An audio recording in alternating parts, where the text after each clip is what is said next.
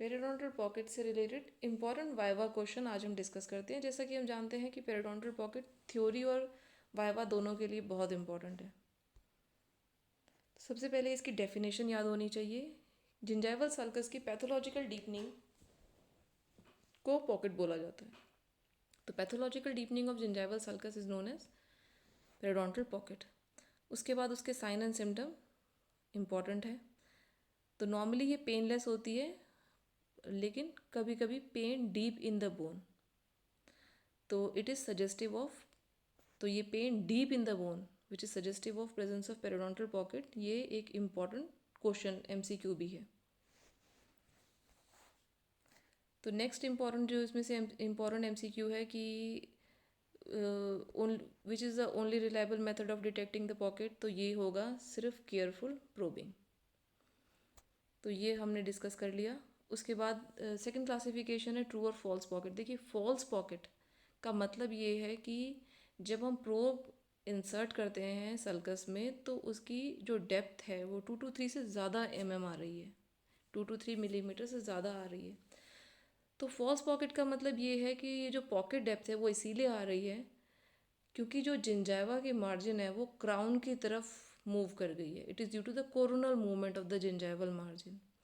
False pocket में junctional epithelium बहुत important है। फिर से मैं बोलती हूँ कि junctional epithelium lies at the cemento enamel junction. तो फॉल्स पॉकेट में जंक्शनल एपिथेलियम होती है सीमेंटो इनेमल जंक्शन पर, और पेरिडोंटल लिगामेंट फाइबर और जिंजाइवल फाइबर सब इंटैक्ट होते हैं, एल्वियोलर बोन भी इंटैक्ट होती है, लेकिन जो डेप्थ आ रही है प्रोब डालने से वो आ रही है जिंजाइवल मार्जिन के कोरोनरी मूव करने से, एनलार्ज होने से। इसे बोला जाता है फॉल्स पॉकेट। तो देखिए, फॉल्स पॉकेट का दूसरा नाम है रिलेटिव पॉकेट।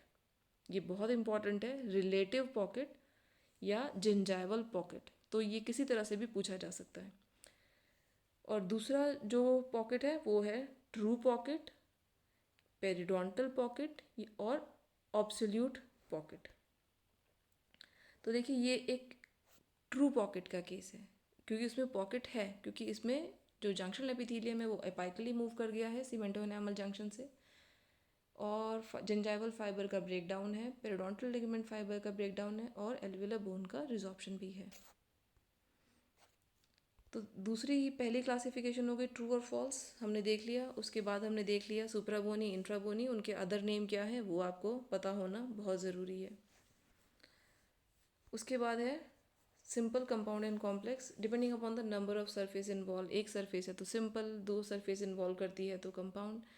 कॉम्प्लेक्स याद करना कि उसका दूसरा नाम क्या है, बहुत इंपॉर्टेंट है। कॉम्प्लेक्स जो कि स्पाइरल करती है टूथ सरफेस पे, तो इसके 2 नाम है। इसको कॉम्प्लेक्स और स्पाइरल पॉकेट दोनों बोला जाता है, और ये नॉर्मली मोलर के फर्केशन एरिया में देखने को मिलती है, और हम इसके लिए नेबर्स प्रोब का यूज़ करते हैं इसको डिटेक्ट करने के लिए।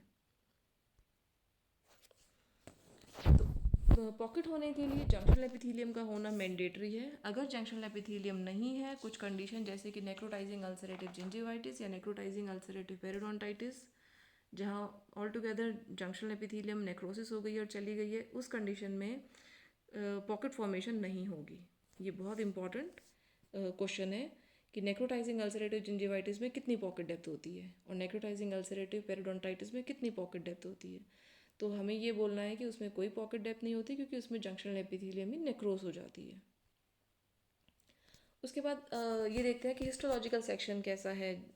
तो जब हेल्दी कंडीशन में हम देखते हैं जंक्शनल एपिथेलियम, जैसा हम देख सकते हैं सीमेंटो एनामल जंक्शन पर है, इसमें कोई रेटेपेग नहीं है, कोई ब्रेकडाउन नहीं है, अल्सरेशन नहीं है, तो ये है हेल्दी कंडीशन। अब हम देखते हैं histological section of periodontal pocket. तो हम देख सकते हैं जंक्शनल एपिथेलियम सीमेंटो एनामल जंक्शन पर नहीं है, अपाइकली मूव कर गई है, उसमें फ्रेगमेंटेशन है, अल्सरेशन है, ब्रेकडाउन है, और उसकी लेंथ रिड्यूस हो गई है। ना सिर्फ ये जिंजाइवल फाइबर्स का ब्रेकडाउन है, पेरिडोंटल लिगामेंट का फाइबर्स का ब्रेकडाउन है, और बोन का रिजॉर्प्शन है। तो ये फीचर्स कैरेक्टरिस्टिक हैं पेरिडोंटल पॉकेट के। पेरिडोंटल पॉकेट को lateral wall of the pocket भी बोला जाता है। अब हम देखेंगे changes on the root surface. तो पॉकेट के फॉर्मेशन से रूट सरफेस पे बहुत सारे चेंजेस होते हैं, जैसे कि सीमेंटम एक्सपोज हो जाता है ओरल कैविटी में। तो उसमें जो मिनरल कंटेंट है या तो वो बहुत ज़्यादा इंक्रीज़ हो जाएगा, डिक्रीज़ हो जाएगा, बैक्टीरिया आ जाएंगे, एंडोटॉक्सिन्स आ जाएंगे, जिससे कि उसमें फ्रेगमेंटेशन हो जाएगा और वो फिर वो एक ऐसा एरिया हो जाएगा जहाँ पर बैक्टीरिया एक्यूमुलेट होंगे, तो वहाँ पर वो हीलिंग को हैम्पर करेगा। तो जैसे कि मैंने बताया, ये बहुत इंपॉर्टेंट क्वेश्चन है, व्हाट इज़ नेक्रोटिक सीमेंटम और Altered cementum. Altered cementum is basically fragmentation of cementum, और इसमें it contain various endotoxins of the bacteria, it contain various microorganism and the mineral content is deranged. तो ये जो necrotic cementum है, cementum था लेकिन necrose हो गया, इसको रिमूव करना मैंडेटरी, जो हम स्केलिंग और रूट प्लानिंग से निकालेंगे। तो उसके बाद नेक्स्ट क्वेश्चन है, ये जो ऑल्टर्ड सीमेंटम वाला है ये मैं आगे फिर डिस्कस करने वाली हूँ। पैथोलॉजिकल ग्रैन्यूल क्या होते हैं? तो पैथोलॉजिकल ग्रैन्यूल सीमेंटम में देखे जाने वाले स्ट्रक्चरल चेंजेस हैं। तो उसमें क्या है, कोलेजन का डिग्रेडेशन हो गया है, और कोलेजन फाइबर्स तो जो they are not fully mineralise, तो जो उनका डिग्रेडेशन हो गया है उसको बोला जाता है पैथोलॉजिकल ग्रैन्यूल्स।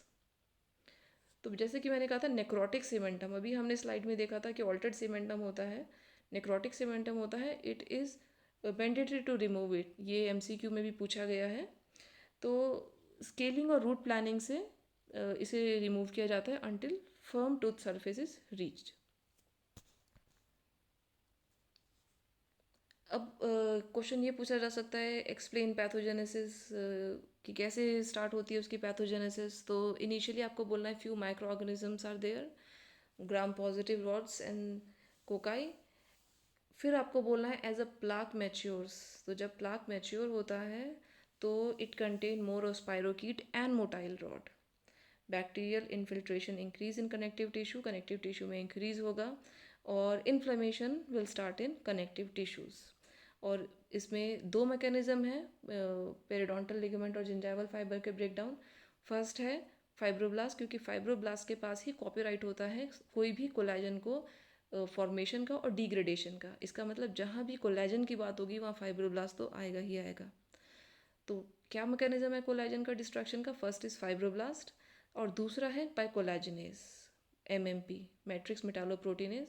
और ये जो मैट्रिक्स मेटालोप्रोटीनेज है ये बैक्टीरिया भी सिक्रीट करेगा, और ये होस्ट के सेल वो भी सिक्रीट करेंगे।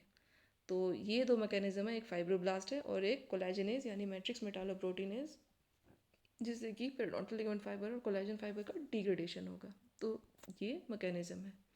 उसके बाद क्वेश्चन पूछा जा सकता है कि पॉकेट का कंटेंट क्या होता है। तो पॉकेट का कंटेंट मोस्टली माइक्रो ऑर्गेनिज्म होते हैं, माइक्रो ऑर्गेनिज्म और उनके product, micro organism, enzymes, endotoxin और उसके अदर मेटाबॉलिक प्रोडक्ट। फिर जिंजाइवल फ्लूइड होता है कंटेंट, फूड रेमिनेंट हो सकते हैं, salivary mucin, desquamated epithelial and leucocyte. जैसा कि हमने देखा है कि पहले भी डिस्कस किया है कि inflammation is basically a war going on between neutrophil and the host cell. तो अगर ये जैसे कि आइटिस इन्फ्लेमेशन है तो इसमें दो चीज़ तो मैंडेटरी है देखना, एक तो माइक्रो ऑर्गेनिज्म और एक leukocytes and other inflammatory cell. तो दूसरा क्वेश्चन ये पूछा जाता है what is the significance of pus. तो देखिए pus is a common feature of periodontal pocket and it is only a secondary sign. ये पस का होना ये नहीं बताता कि अभी क्या हाल ही में अभी इन्फ्लेमेशन है या नहीं है, या इसका कोई को रिलेशन है डेप्थ से, इसका कोई को रिलेशन नहीं है। Pus is a common feature of periodontal disease but it is only a secondary sign, ये आपको याद रखना है। प्रेजेंस ऑफ पस ये बताती है कि उसमें अभी इन्फ्लेमेटरी चेंजेस हैं। It is not an indication of depth of the pocket और the severity of destruction of the supporting tissue. और ये एमसीक्यू पूछा भी गया है, एक्सटेंसिव पस फॉर्मेशन में occur in shallow pocket whereas deep pocket में एग्जिबिट लिटिल और नो पस। तो पस होना अपने आप में एक सेकेंडरी साइन है। शैलो पॉकेट में भी पस हो सकती है और डीप पॉकेट में भी वेरी लिटिल पस हो सकती है। ये इंपॉर्टेंट है, आपको ये याद रखेंगे तो अच्छा है। फिर जैसे कि मैंने पूछा था कि how do we diagnose it, तो reliable is by careful probing और along with that we can take radiograph. बस प्रोबिंग बोलना is mandatory. Now coming on to the treatment of false pocket, जैसा कि हम जानते हैं कि फॉल्स पॉकेट में अंडरलाइन टिश्यू का डिस्ट्रक्शन नहीं है, बस जिंजावा के कोरोनल मूवमेंट से, एनलार्जमेंट से पॉकेट की डेप्थ आ रही है। तो हम इसमें क्या करेंगे, सबसे पहले हम डीपेस्ट पॉइंट को मार्क करेंगे, क्रेग कैप्लन यूज़ करेंगे। क्रेग कैप्लन से हम जो फॉल्स पॉकेट का एरिया है, हमें पता है कि जंक्शनल एपिथेलियम इंटैक्ट है और वो सीमेंटो एनामल जंक्शन पर है और अंडरलाइन टिश्यू का ब्रेकडाउन नहीं है। फिर हम एनेस्थीसिया देने के बाद अपने जो क्रेग कैप्लन है उसे डीपेस्ट पॉइंट में इंसर्ट करेंगे, टूथ वाले पोर्शन को बाहर रखेंगे आउटसाइड, उसको हम क्लोज करेंगे, फिर ब्लीडिंग पॉइंट प्रोड्यूस होंगे। इस तरह से जो डीपेस्ट पॉइंट है वो हमें बाहर से देखने को मिलेगा, बाहर से देख के पता चल जाएगा कि क्या उसका वो है। तो इस तरह से अब हम जब देखते हैं तो ये जो पॉकेट मार्कर है इस तरह से ब्लीडिंग पॉइंट प्रोड्यूस कर रहा है, तो जो हम आउटसाइड से देख के बता सकते हैं कि डीपेस्ट पॉइंट क्या है। अब हम अपना incision according to that plan कर सकते हैं। Apical to the bleeding point हम अपना इंसिजन देंगे, जैसा कि हम इसमें देख सकते हैं।